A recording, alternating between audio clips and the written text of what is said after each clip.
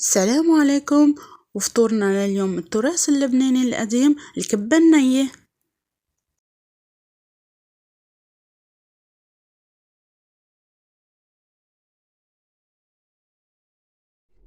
ولدقة الكبة النية بدنا بصلة حجم وسط مقطعين لنا ناعم ورشة ملح وهيك كمشة صغيرة من الحبق،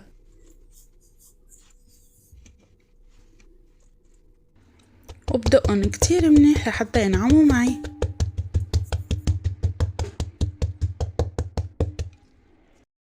منضيف فوقن رشة من بهار الأسود، تقريبا ملعقة من المركدوش أو المركدوش، ما بعرف باقي الدول شو بيقولولن.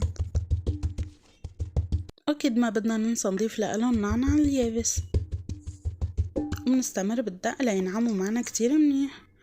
وهون اختياري حطيت جوز مقطع، أنا هون ضفت فوق منهم تقريبا نص كيلو مفرومة ناعم كتير منيح، هيدي خاصة للكبة. منضيف فوقن كوب من البرغل الناعم مغسول ومنقوع كتير منيح ومصفى وعصرينه من المي، ما لازم يضل فيه ولا نقطة مي. بخلطن كتير منيح مع اللحمة.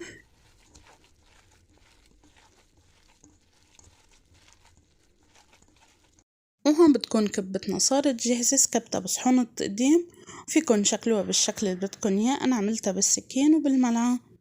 ورمضان كريم، باي.